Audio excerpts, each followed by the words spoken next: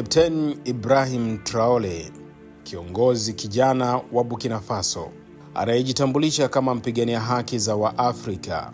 Jina lake limeingia katika vichwa vya habari vya dunia si kwa mapinduzi aliyoyafanya pekee, bali pia kwa kile kinachotajwa kuwa ni shinikizo kutoka kwa Marekani kutaka akamatwe. Tuhuma hizi hazijatolewa na mtu wa kawaida, bali ni kutoka kwa jenerali wa nyota 4 wa jeshi la Marekani, Michael Langley, ambaye ni kamanda wa kikosi cha Marekani cha Afrika kinachoitwa United States Africa Command, yani AFRICOM. Katika kikao rasmi cha baraza la Seneti la Marekani wiki iliyopita, Langley aliitwa kutoa tathmini kuhusu hali ya usalama barani Afrika, na katika maelezo yake alimtaja waziwazi Kapteni Traore, akisema kwamba anatumia dhahabu ya taifa lake kujilinda yeye binafsi badala ya kuwalinda wananchi, na kuongeza kuwa kuna haja ya kumchukulia hatua kali za kimataifa, akisema kwamba tunapendekeza hatua mahususi, vikwazo vya kifedha, ushirikiano wa kimataifa, na ikiwa itahitajika Traore azuiliwe ili kulinda maslahi ya kikanda na kimataifa. Kauli hiyo imetafsiriwa na wengi kuwa ni wito wa wazi wa kumkamata kiongozi huyo. Lakini je, kweli Traore ni tishio kwa usalama wa dunia, au ni kiongozi asiyejiweka chini ya amri ya mataifa ya Magharibi? Jenerali Michael Langley aliteuliwa mwezi Juni mwaka 2022 kushika wadhifa wa kamanda wa AFRICOM, uteuzi uliothibitishwa na baraza la Seneti mnamo Agosti 6 mwaka 2022. Kwa uteuzi huo, Langley aliingia moja kwa moja kwenye historia kama Marekani mweusi wa kwanza kufikia hadhi ya jenerali wa nyota 4, yani 4 stars general, katika jeshi la wanamaji la Marekani tangu kuanzishwa kwake miaka 246 iliyopita. Cheo cha jenerali wa nyota 4 ni miongoni mwa vyeo vya juu kabisa katika safu ya kijeshi katika jeshi la Marekani, na kinampa mamlaka ya kutoa maamuzi ya kimkakati kuhusu operation za kijeshi duniani, hasa katika bara la Afrika ambako AFRICOM inaendesha shughuli za kijeshi na za ujasusi katika zaidi ya nchi 50. Licha ya hadhi hiyo, Langley sasa anakabiliwa na maswali ya kiitikadi, hasa miongoni mwa Waafrika wanaomwona kama msaliti wa asili yake na anayesimamia maslahi ya kibeberu dhidi ya mustakabali wa bara lake la Afrika ambalo ni bara la asili yake.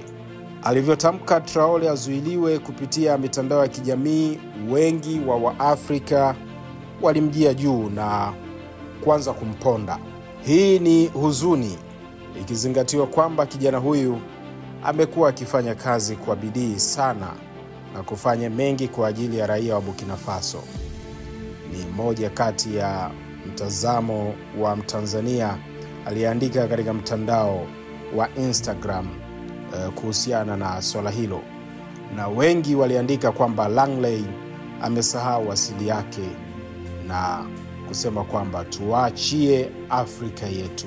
Licha ya kuwa mweusi kwa asili, Langley pia anachukuliwa na wengi kama sehemu ya mfumo wa kisasa wa kibeberu unaolenga kudumisha ushawishi wa Magharibi barani Afrika, na wachambuzi wa kisiasa akiwemo Dr. Sékou Touré kutoka chuo kikuu cha Dakar kule nchini Senegal, aliyehojiwa na moja kati ya magazeti ya Senegal, anasema kwamba Langley kwa nafasi yake ni sehemu ya mfumo wa kijeshi wa Marekani unaolinda maslahi ya kibeberu katika Afrika, huku akizingatia maslahi ya Marekani badala ya maslahi ya wananchi wa Afrika. Na hii imekuwa ni hoja ambayo imekuwa ikitokeza mara kwa mara kuhusu jinsi Marekani inavyotumia viongozi wa Kiafrika ili kulinda mifumo ya kiuchumi na kijeshi ya Magharibi. Kwa nini Langley anataka Traore akamatwe. Ni kweli Rais Traore ni tishio kwa dunia, kwa Marekani, kwa Afrika na kwa Wabukinabe wenyewe. Kapteni Traore alichukua madaraka mwaka 2022 kama ambavyo Langley alipata nafasi hiyo ya kuwa kiongozi wa kamandi ya jeshi la Marekani barani Afrika mwaka 2022. Lakini Traore alichukua madaraka hayo mwaka 2022 kwa mapinduzi ya kijeshi, akiahidi kusafisha mfumo wa kifisadi, kuleta usalama na kurejesha rasilimali za taifa mikononi mwa wananchi wa Burkina Faso. Moja ya hatua kubwa aliyochukua ilikuwa ni kufukuza vikosi vya Ufaransa na kusitisha ushirikiano wa kijeshi na mataifa ya Magharibi, hatua ambazo ziliwashangaza na kuwakera viongozi wa kimataifa ikiwemo Marekani ambayo imemtupia jicho Rais Traore.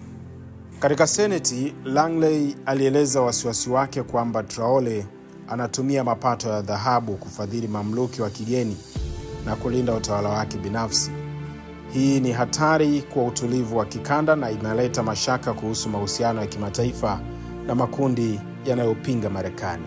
Lakini mtazamo wa Traore ni upi katika hatua hiyo ambayo imetolewa na Marekani na kile ambacho amekuwa kikifanya kwa taifa lake? Mwenyewe anasisitiza kwamba tutachimba dhahabu yetu sisi wenyewe.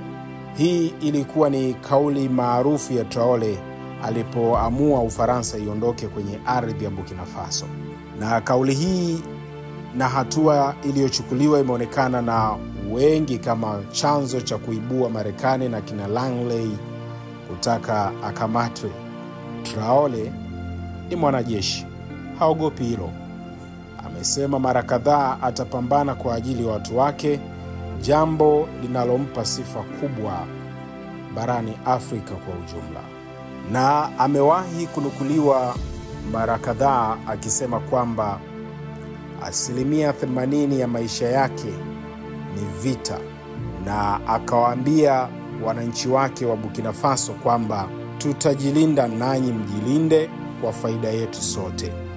Mapambano tunayopambana sio kwa ajili ya Burkina Faso, lakini kwa ajili ya Afrika nzima.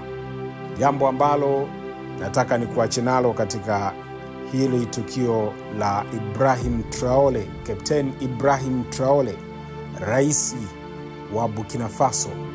Ni kweli yeye ni tishio kwa usalama wa Afrika na dunia? Au nini Marekani wanataka kutoka Burkina Faso na rais wake Kapteni Ibrahim Traore? Hii ni Ready Pro Media. Usiache kusubscribe, kushare na kucomment. Itakuwa poa. Karibu na wakati mwingine tena.